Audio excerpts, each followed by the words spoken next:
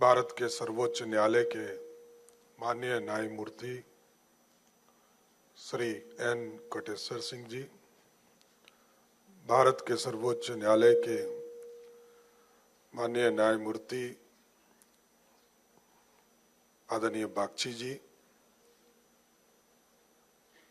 पटना उच्च न्यायालय के माननीय मुख्य न्यायाधीश श्रीमती मीनाक्षी मदन राय जी, पटना उच्च न्यायालय के माननीय न्यायाधीश श्री राजीव रंजन प्रसाद जी,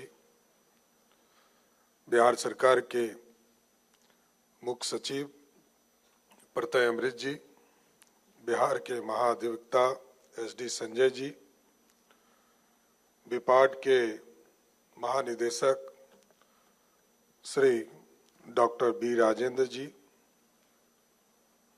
होम डिपार्टमेंट के गृह सचिव कुंदन कुमार जी, पटना उच्च न्यायालय के सभी मान्य न्यायाधीश गण, सभी विधि विभाग से जुड़े हुए साथीगण, न्यायिक पदाधिकारीगण, हमारे कई जिले के SP आए हैं,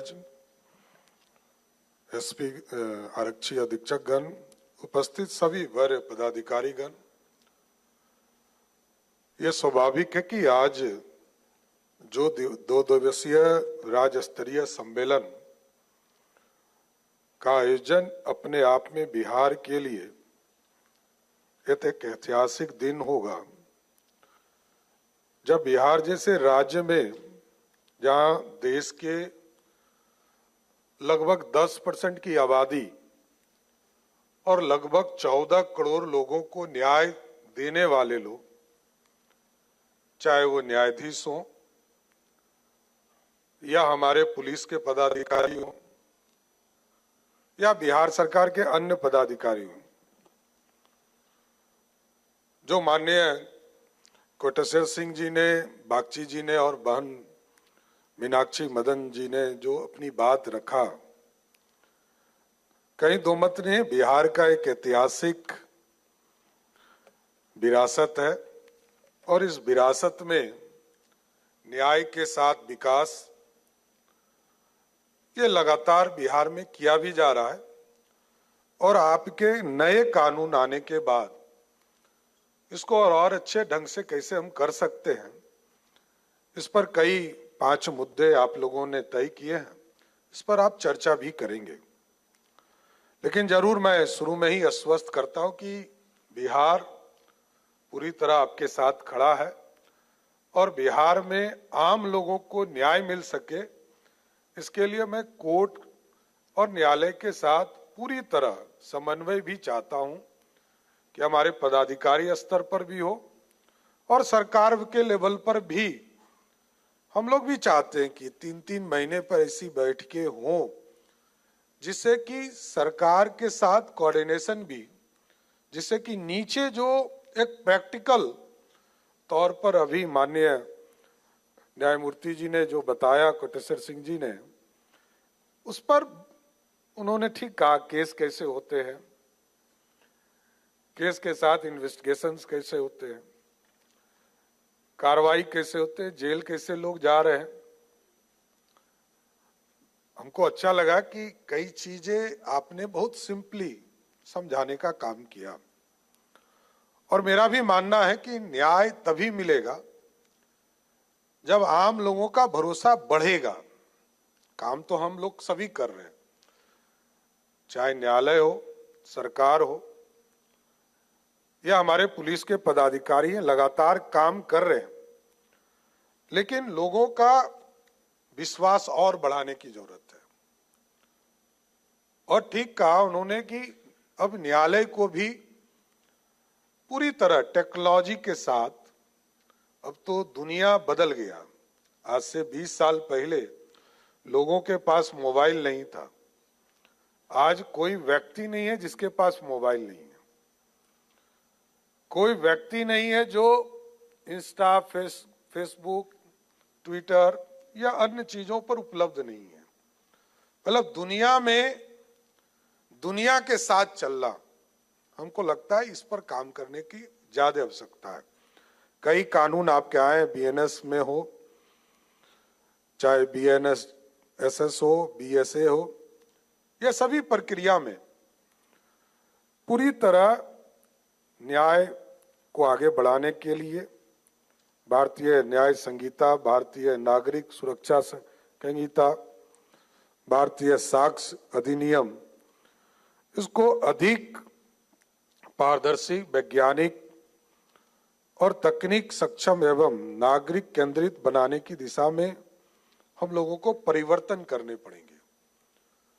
और स्वाभाविक है कि आज जिस तरह की स्थिति खड़ी है, इसमें इस कार्यशाला के माध्यम से अपराधी जेल के अंदर रह सके, इसको ज्यादा चिंता करनी चाहिए हमको।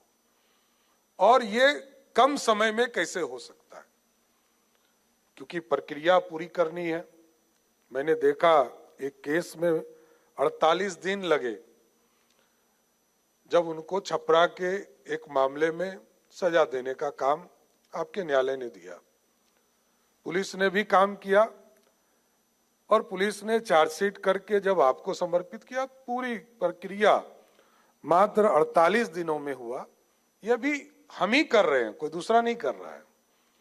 तो इसका मतलब है कि हम सबको मिलकर यदि कानून की प्रक्रिया को पुलिस और न्यायालय दोनों मिलकर इन चीजों को आगे बढ़ाएंगे तो और अधिक लोगों को न्याय मिल सकेगा। इस पर हमको काम करना चाहिए। मैं कई चीजों को देखता रहा, बीच में मैं होम मिनिस्टर भी था, तो मैं देखता था कि कई थाने हमारे सीसीटीएनएस से जुड़े नहीं थे। मैंने कहा इसको जोड़ना चाहिए, तुरंत जोड़ना चाहिए। और मैं तो इससे आगे बढ़ने के लिए अपने पदाधिकारी को हमने कहा है कि आईटी डिपार्टमेंट हमारे ऐसे सिस्टम्स भी ठीक कर रहे हैं कि मैं तो ये कहता हूं कि थाना कौन आता है और थाना से लौटकर कौन जाता है और थाना कौन लगातार आता है, ये भी चिन्हित करना चाहिए। क्योंकि हम सिर्फ किसी के माध्यम से यदि न्याय दे रहे हैं तो वो भी अपराध है। इसलिए हमने कहा है कि पुलिस में जितने भी थाने हैं, हमारे सभी एसपी यहां हैं, इसको एकदम इंश्योर कीजिए नीचे में कि हर हालत में थाना के ऊपर थाना के जो ऑफिसर्स हैं उसको कैसे हम फुली ऑर्गेनाइज कर सकते हैं कि हम थाना में जो लोग आते हैं उनको भी चिन्हित करें।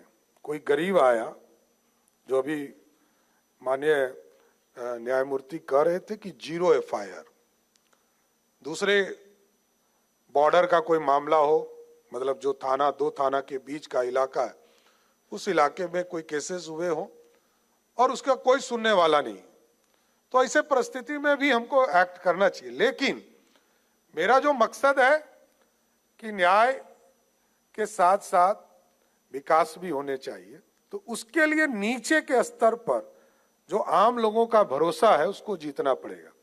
और भरोसा तभी बढ़ेगा जब थाना में, ये बेसिक सबसे पहला जगह है जहां लोग जाते हैं, और उसको यदि हमने ठीक कर दिया तो हमको लगता है न्याय प्रक्रिया बहुत तेज हो जाएगा। इसकी प्रक्रिया को करना चाहिए। और इसलिए अब तो एआई, जो अभी न्यायमूर्ति जी ने बताया कि अब एआई का उपयोग हम कर सकते हैं, और एआई उपयोग करने से आपको सब पता चल जाएगा कि कौन थाना में आया था, कौन, कहीं क्राइम यदि सीसीटीवी कैमरा में हो रहा है। मैंने तो अभी इसको यूज करने के लिए मैं 2014 से प्रयास कर रहा हूं। मैं बता रहा हूं 2014 में मैंने ट्रैफिक सिस्टम में इसको लगाने के लिए कहा था, और 2014 में इसलिए लगाना शुरू किया था पटना जैसे शहर में कि यदि ट्रैफिक जाम डाकबंगला चौराहा है तो उसको दूसरा रास्ता क्या दे सकते हैं, उधर से डाइवर्ट कीजिए। तो वही मैकेनिज्म हमको लगता है कि अब यहां यूज करने की जरूरत है। यदि हम एआई को यूज करते हैं तो आपको रेड फ्लैगिंग, ग्रीन फ्लैगिंग, या जिस भी तरह के आप अपने चीजों को ऑर्गेनाइज करेंगे, उससे आप सीधे कनेक्ट हो जाएंगे कि किस इलाके में हमको अधिक ध्यान देने की जरूरत है और कहां गड़बड़ी हो रही है। अभी हम सीएम डैशबोर्ड भी हम लोगों ने बनाना शुरू किया है। 15 अगस्त तक हमने ये पूरी संरचना को तैयार करने के लिए कहा है। हमने एक कार्यक्रम चलाया, सहयोग कार्यक्रम। आप लोगों को भी जानकर खुशी होगी कि सहयोग कार्यक्रम मैंने चलाया, उसमें सब ऑटोमेटिक है, किसी को कुछ नहीं करना है। फिक्स किया कि 30 दिन में ऑर्डर करना है। अभी जब आपने बताया ना कि चाणक्य लॉ यूनिवर्सिटी से जब हम लोग को डीरेगुलेशन पे लगातार बैठकें शुरू हुई, तो हम लोगों को लगा कि इतना तेजी में काम कैसे हो सकता है, हमारी आदत नहीं रही। तो हम लोगों ने कहा कि इसको ऑर्गेनाइज करना चाहिए। तो मैंने 30 दिन का एक टाइम फ्रेम किया बिहार में सभी काम के लिए। सहयोग कार्यक्रम चलते हैं हमारे, पहले मंगलवार और तीसरे मंगलवार को मैं इसको कराता हूं, और ये सभी प्रखंडों में मोटा मोटी हमारे होते हैं, 534 प्रखंड है। और इसमें हमारी व्यवस्था है, किसी ने आवेदन दिया और 10 दिन तक ऑर्डर नहीं आए तो मुख्यमंत्री कार्यालय उसको पहला नोटिस भेजता है। सबसे हाईएस्ट लेवल का व्यक्ति, बिहार में जो एडमिनिस्ट्रेशन है उसके सबसे हाईएस्ट लेवल का नोटिस जाता है। दूसरा, 20 दिन में यदि उसने नोटिस 20 दिन में फिर काम नहीं किया तो 21वें दिन में दूसरा नोटिस देता हूं कि आप इस काम में ऑर्डर कीजिए, सही है गलत है, ऑर्डर आप निकालिए। तीसरा, 25 दिन के बाद मैं 26वें दिन इसको फिर मैं इंप्लीमेंट के लिए नोटिस भेजता हूं और वो अंतिम होता है। और 30 दिन में यदि किसी ने ऑर्डर नहीं किया तो 31वें दिन उसको सस्पेंशन ऑर्डर देना है, कोई दूसरा काम नहीं करना, वो इस लायक ही नहीं रहेगा। आपको जानकर खुशी होगी कि पहला नोटिस मैंने 9000 लोगों को दिया, दूसरा नोटिस मात्र 350 लोगों को दिया, और पूरे बिहार में मुख्यमंत्री को तीसरी बार किसी ने चैलेंज किया तो एक अफसर था जिसने चैलेंज किया कि नहीं 3 नोटिस आपका लेंगे ही।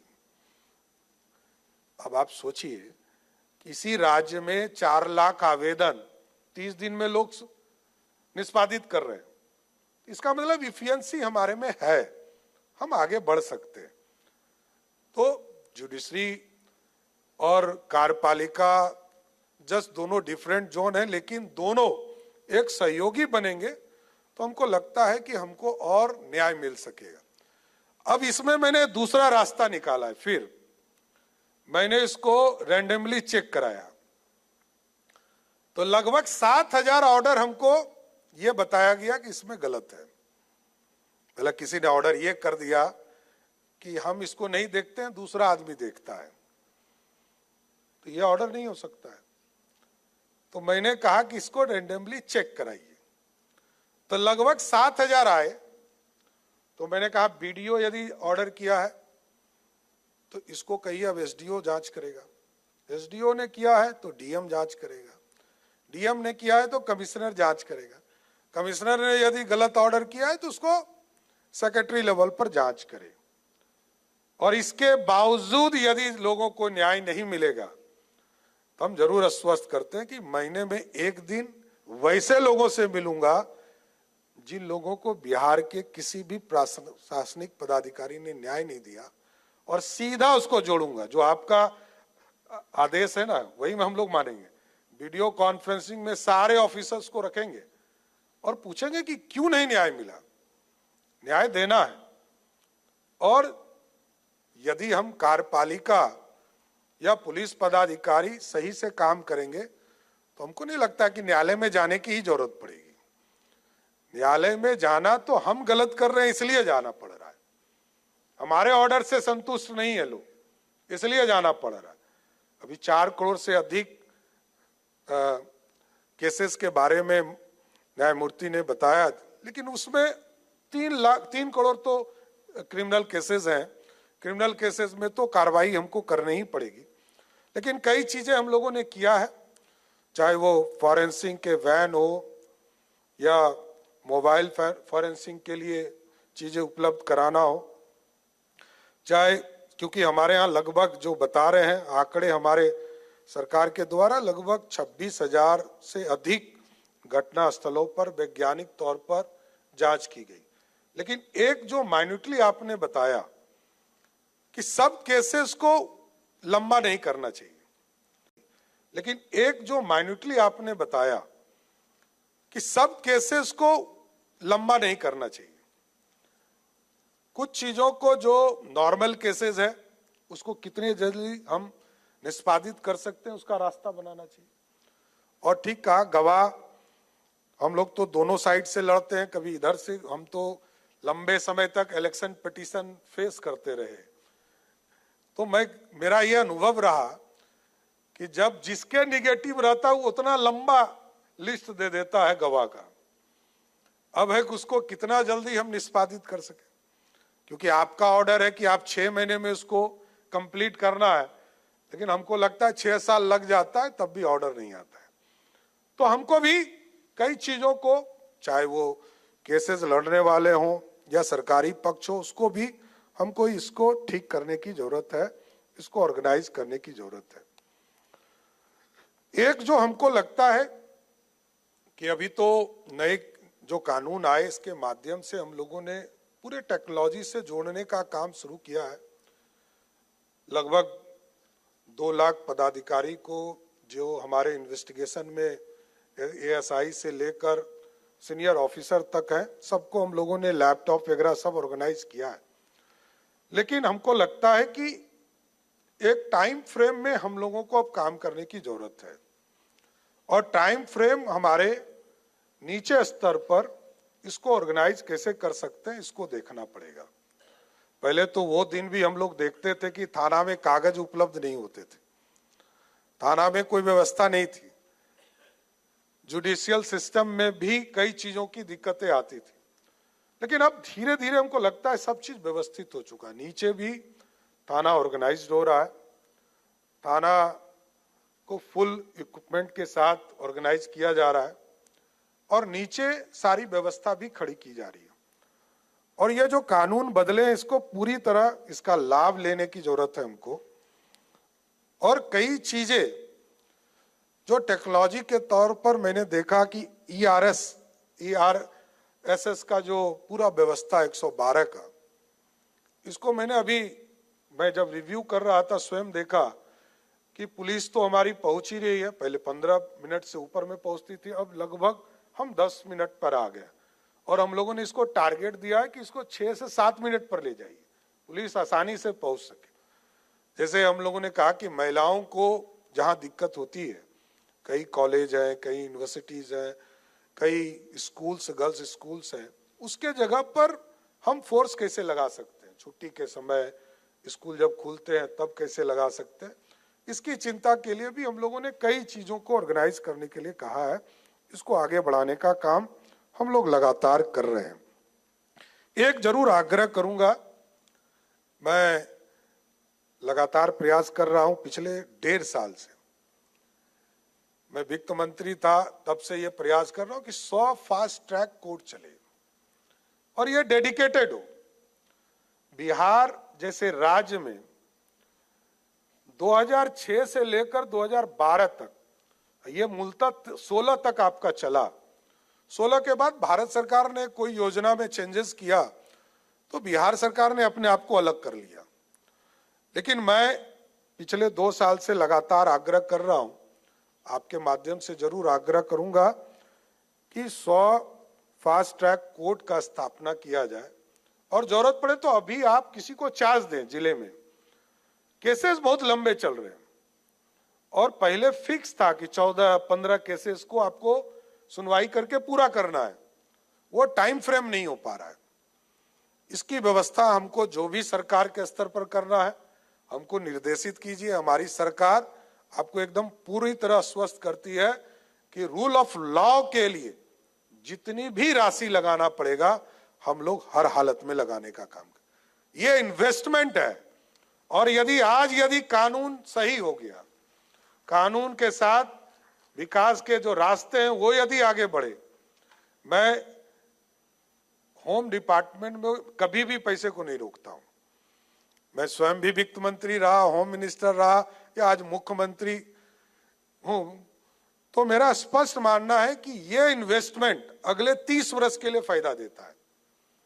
6 से लेकर 12 तक स्पीडी ट्रायल चला बिहार में, और आपको जानकर खुशी होगी कि आज तक रूल ऑफ लॉ पर ही हमारी गठबंधन की सरकार आज तक है। सिर्फ रूल ऑफ लॉ, विकास के कार्य होते हैं, लेकिन जनता का भरोसा है कि जनता को भरोसा है कि ये पार्टी, ये गठबंधन की सरकार आएगी तो बिहार में कानून का राज रहेगा। सिर्फ इसलिए जनता वोट देती। इसलिए मैं तो पूरी तरह दोनों हाथ खोलकर लॉ डिपार्टमेंट से कहूंगा कि स्पीडी ट्रायल या कानून के व्यवस्था को ठीक करने के लिए आपका सहयोग मिलता रहे। और जो आपके अनुभव हैं, अभी आदरणीय कोटेश्वर सिंह जी से मेरी बात हो रही थी तो बता रहे थे कि मैं 80s में बिहार आया था और मैं बस से कैसे नवादा गया। आदरणीय बागची जी से बात हो रही थी तो उन्होंने एक अच्छी चीज हमें बताया कि बिहार में, बिहार के लोग एजुकेशन के लिए जाने जाते पूरे देश और दुनिया में, और आप एक बड़ी संख्या को छोड़ देते हैं जो बाहर जाके पढ़े। इसकी भी व्यवस्था करनी चाहिए। तो मैं सिर्फ उनको बता रहा हूं कि अभी इसी माह हम 211 डिग्री कॉलेज एक साथ खोलने जा रहे हैं और लगभग 534 मॉडल स्कूल हम बिहार में स्थापित करने जा रहे हैं। और इसकी संरचना, ये हम लोगों को एहसास है कि लगभग 14 लाख बच्चे बिहार के +2 पास करते हैं और हमारी कैपेसिटी 6 लाख है, जिसको हम बिहार में हायर एजुकेशन के लिए दे पाते हैं। हमारे इसलिए लाखों बच्चे बाहर जाते हैं। तो और जो गौरवशाली इतिहास है कि दुनिया को शिक्षा का केंद्र माना गया बिहार, और जब भी हम लोग नालंदा जाते हैं, और हमको तो वो दिन याद है जब आदरणीय प्रधानमंत्री नरेंद्र मोदी जी तीसरी बार प्रधानमंत्री बनकर गया, ये नालंदा आए थे, तो हमको उन्होंने एक टास्क भी दिया है। उस दिन तो हम लोग, नीतीश जी और मोदी जी ने जो सपना देखा था नालंदा यूनिवर्सिटी का, उसकी तो शुरुआत हो गई। अब वहां यूनिवर्सिटी बन गए, अब वहां पढ़ाई भी शुरू हो गया। लेकिन कहा कि विक्रमशिला भी तुम्हारा ऐतिहासिक धरती है, जो नालंदा से भी पूर्व है, उसको भी स्थापित करो। तो मैं जरूर आश्वस्त करता हूं कि नॉलेज की धरती जो विक्रमशिला है, उसको भी इसी साल हम लोग जमीन पर उतारने का काम कर सकेंगे। यहाँ पर ऐतिहासिक ठीक कहा कि भगवान बुद्ध को भी ज्ञान यहीं प्राप्ति हुई। सिद्धार्थ से महात्मा बुद्ध बने, मोहन करमचंद गांधी से भी बापू इसी धरती पर लोग बने, गुरु गोविंद सिंह जी ने भी यहीं से इस देश के लिए लड़ने का काम किया, महावीर ने भी एक अलग उद्देश्य देकर इस देश में शांति के प्रतीक रहे। तो जरूर इन चीजों के गौरवशाली इतिहास को लाने में हमारी सरकार काम करते रहेगी, लेकिन जरूर एक आश्वस्त करके, क्योंकि आपके कामों में हम हस्तक्षेप नहीं कर सकते हैं, लेकिन यह जरूर है कि आपको जहां जहां बिहार सरकार के सहयोग की जरूरत होगी, हमारे मुख्य सचिव, हमारे पदाधिकारी 100% आपके साथ खड़े होंगे, इतना जरूर मैं आश्वस्त करता हूं। और आज इस कॉन्फ्रेंस के माध्यम से यही कामना करता हूं कि समुद्र मंथन के लिए भी यहीं के पहाड़ को यूज किया गया था, मंदार पहाड़, और मंदार पहाड़ भी इसी धरती पर है। तो आज जो आप लोग मंथन कर रहे हैं 5 विषय पर, अगले 2 दिन तक करेंगे, आज और कल करेंगे। इस मंथन से बिहार की उन्नति, देश के विकसित होने का रास्ता, बिहार की समृद्धि का रास्ता, और बिहार आगे बढ़ सके, बिहार में कानून का राज रहे, बिहार का गौरवशाली इतिहास हो, इसमें आपका सहयोग मिले। बहुत बहुत धन्यवाद।